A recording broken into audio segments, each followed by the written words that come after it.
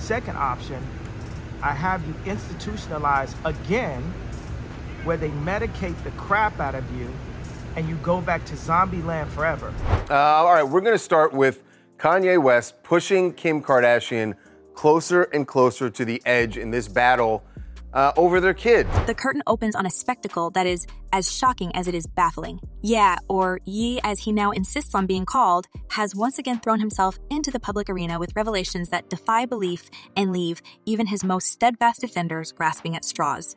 This time, it's not about his fashion empire or his explosive political endorsements. No, this is darker, more personal, and infinitely more disturbing. The man who once declared himself the voice of a generation has now become the voice of his own deepest, most unsettling confessions. You put yourself in that. Absolutely, I did. That was my fault. Maybe they're saying that you don't take accountability. No, that was my fault. I didn't want to have children with this person after the first 2 months of being with her. But that wasn't God's plan. I did not want to have kids with it. It started, as these things often do in Wes's world, with a tweet, a single post that sent shockwaves through the internet and cracked open a window into a past that no one, not even his harshest critics, could have imagined. This song is called Cousins, Ye wrote, referencing a track from his latest project. It's about my cousin that's locked in jail for life for what he did a few years after I told him we wouldn't look at dirty magazines together anymore.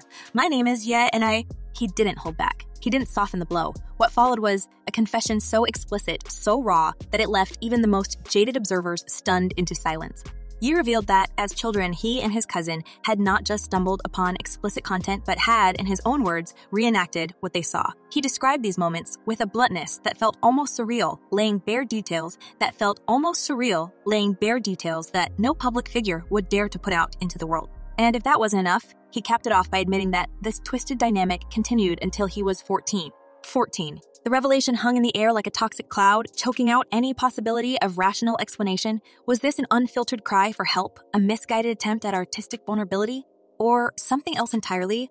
Interesting to wonder whether this will affect his relationship with his wife or if she knows about this. The public reaction was immediate and polarizing. Social media erupted into a firestorm of disbelief, disgust, and, for some, a grim fascination. Fans and critics alike scrambled to make sense of what they had just read.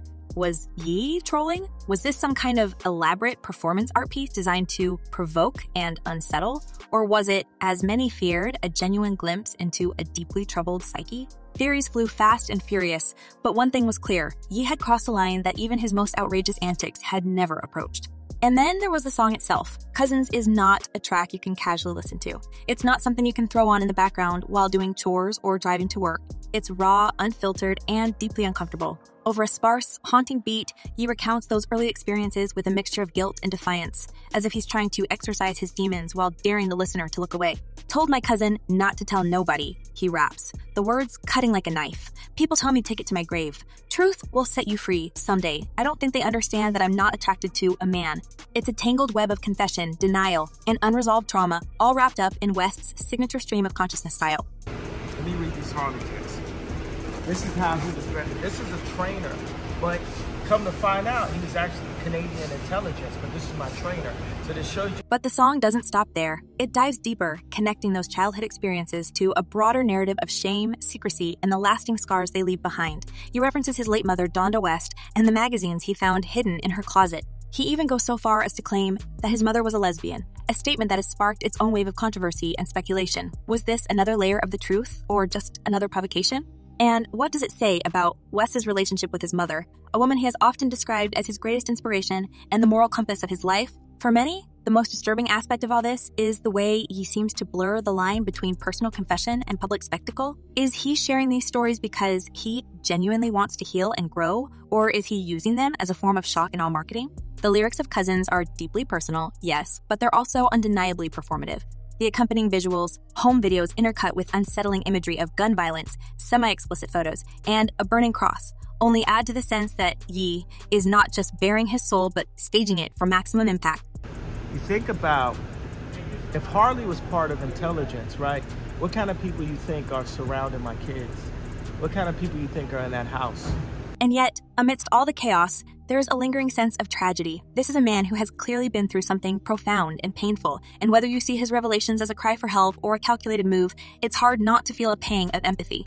He has never been one to hide his struggles with mental health, and his recent claims of being on the autism spectrum only add another layer of complexity to an already intricate narrative. Is this latest chapter a sign that he's finally confronting his past? Or is it just another twist in a long, winding road of self-destruction? We get to a point where we don't think that Kanye West can shock us anymore, and then he says something that is so shocking, so alarming. It's one thing to go after Kim, you can say whatever you want, I guess. It's his ex-wife. It's horrible, but he says it. To say things that will redound against the kids is just unforgivable. I mean, we've been through this so many times. We say it all the time. Wearing the Nazi shirt is unforgivable. The Klan hood itself, right? The timing of these revelations couldn't be more precarious. Ye is already embroiled in a messy divorce from Bianca Censori, a relationship that has been marked by its own share of drama and controversy. In his song Bianca, Ye lays bare the tensions that ultimately tore them apart, accusing his ex-wife of trying to have him committed and painting himself as a man under siege. She's having a panic attack and she is not liking the way that I tweeted. He raps, his voice tinged with a mix of frustration and resignation. Until Bianca's back, I stay up all night. I am not going to sleep. I really don't know where she's at. The fallout from their split has been both public and brutal. Bianca's family has reportedly distanced themselves from Ye, and insiders claim she's been struggling to move on from the relationship. Meanwhile, Ye has been using his music and social media platforms to air his grievances, turning what should be private disputes into public spectacles. It's a pattern that has become all too familiar in West's world, and one that shows no signs of slowing down. And then there's Kim Kardashian, West's first wife and the mother of his 4 children. Kim has remained relatively quiet in the wake of West's recent revelations, but sources close to the reality star have expressed growing concern about his mental state. Kim's priority is the well-being and safety of her children, and to protect them from being around West's controversial behavior, one insider told the press. It's a sentiment that many share, but the question remains, how do you protect someone from themselves? North, she'll go to her dad. She'll be like, Dad is the best. He has it all figured out. He doesn't have a nanny. He doesn't have a chef. As the public continues to grapple with the implications of West's confessions, one thing is clear. This is a story that's far from over. The questions it raises about trauma, accountability, and the thin line between art and exploitation are not ones that can be easily answered. And with Ye, the only thing you can truly expect is the unexpected. Because if there's one thing he's proven time and time again, it's that he's willing to go places no one else would dare. And where he goes next is anyone's guess. And so the chaos spirals, reaching into even darker corners, as West's tangled web of revelations and associations suddenly pulls Sean Diddy Combs into the fray. Just when you think West's disclosures couldn't possibly get any more incendiary, they do. And not in the way you'd expect. Somehow, amid his unrelenting flood of confessions, tweets, and bizarre attention-grabbing stunts, Ye has chosen this exact moment to publicly align himself with Diddy, a man currently locked in one of the most damning legal battles of his entire career. And let's not sugarcoat it. This isn't just a casual cosign. Ye didn't merely tweet a vague show of support or wear a t-shirt with Diddy's name. No, Ye went all in, and with it, he's dragging his already fractured reputation further into the abyss. Diddy would be throwing all his celebrity mates under the bus. I mean, that could potentially be coming when it's time for court and when it's time for him to testify. But what we're seeing right now is how important public relations really are to Sean Combs. He's desperately trying to control the narrative behind bars, allowing his attorneys to do documentaries and TV. The timing of West's move is as brazen as it is baffling. Diddy, once a celebrated titan of the music industry, is now facing a mountain of allegations so severe they've ripped his legacy to shreds. His legal troubles, centering around accusations that have left even his most loyal defenders stunned, have made him a pariah in the very industry he helped shape. And yet, in his infinite wisdom, has decided to throw his full weight behind the disgraced mogul, as if daring the world to call him out. But this isn't just about Ye tweeting free puff or making vague claims about unfair treatment. This is Ye we're talking about. His approach is nothing short of theatrical. But the accusations against Diddy aren't just shocking. They're staggering in their scope. Reports allege that his actions span years, involving manipulation, coercion, and a calculated abuse of power that paints a chilling portrait of a man who once stood as a symbol of success. Former associates and insiders have come forward with claims that Diddy operated with impunity, shielded by his wealth and influence. These aren't whispers or rumors. The details are now being laid bare in court documents that describe a network of control that extended far beyond his personal relationships. The lawsuits depict an individual who allegedly used his status in the industry not just to build an empire, but to silence and exploit those around him. I came here today just to tell the truth, so hopefully we can get down to the bottom of this. I'm 100%, the charges against me are 100% false, and hopefully due to time, we'll start to see that. One of the most disturbing elements of these legal battles is the testimony from those who claim they were systematically isolated and intimidated by Diddy. The allegations suggest he maintained a strict grip over his inner circle, creating an environment where loyalty wasn't earned but enforced through fear. Former employees have spoken of an atmosphere that blurred the lines between professional boundaries and personal domination. The lawsuits describe a pattern of psychological manipulation, where Diddy allegedly made it clear that crossing him would come at a steep cost. These accusations, whether proven or not, paint a picture of a man who thrived on control and wielded his power with a devastating precision. What's even more damning is the sheer number of people now stepping forward to corroborate these claims. The lawsuits have opened the floodgates, with former collaborators and acquaintances sharing eerily similar stories of coercion and abuse. Many of them describe a man who seemed untouchable, using his celebrity status as both a sword and a shield. It's not just about what Diddy allegedly did, it's about how he got away with it for so long. The legal system, the industry, even those closest to him, everyone seemed to turn a blind eye until now, when the weight of the claims has become impossible to ignore.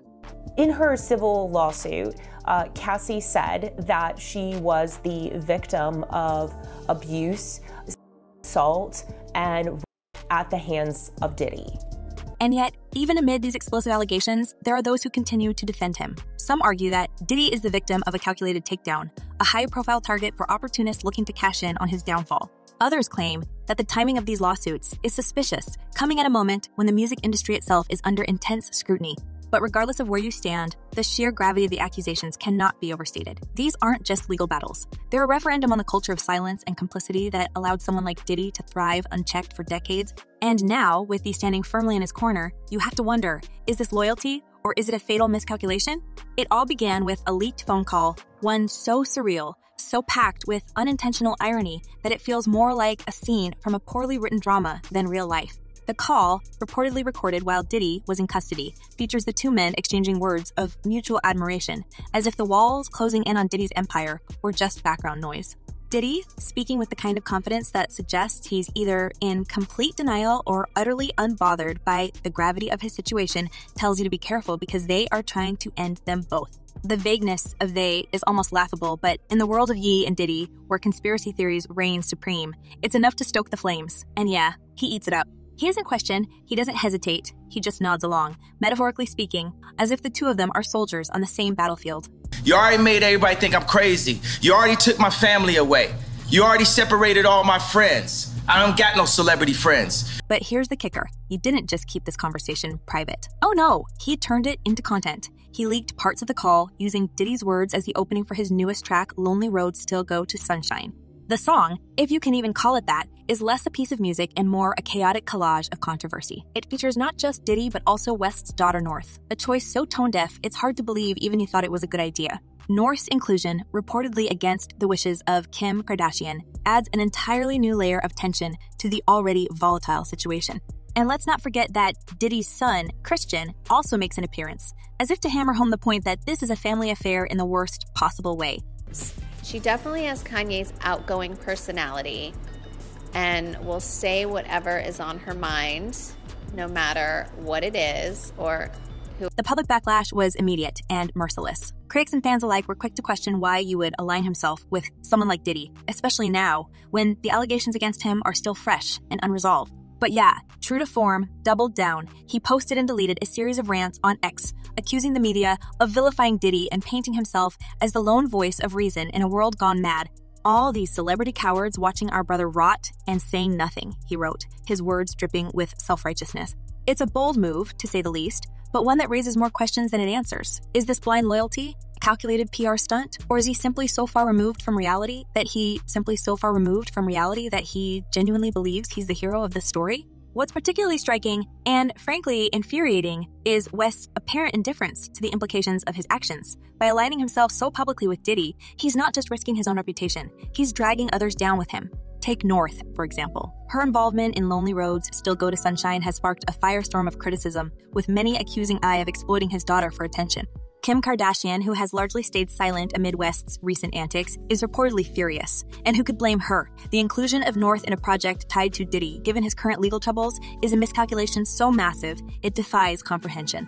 But as far as Meek Mills, Puff Daddy, whoever, none of these niggas, all you fake hard niggas, fuck you. And yet, he seems utterly unbothered. If anything, he's leaning into the chaos. using it as fuel for his never-ending quest to stay in the spotlight. He's even gone so far as to make vague allusions to a larger conspiracy, one that paints him and Diddy as victims of a shadowy cabal intent on their destruction. It's a narrative that would be laughable if it weren't so deeply troubling. Because here's the thing, he isn't just playing with fire, he's pouring gasoline on an already raging inferno.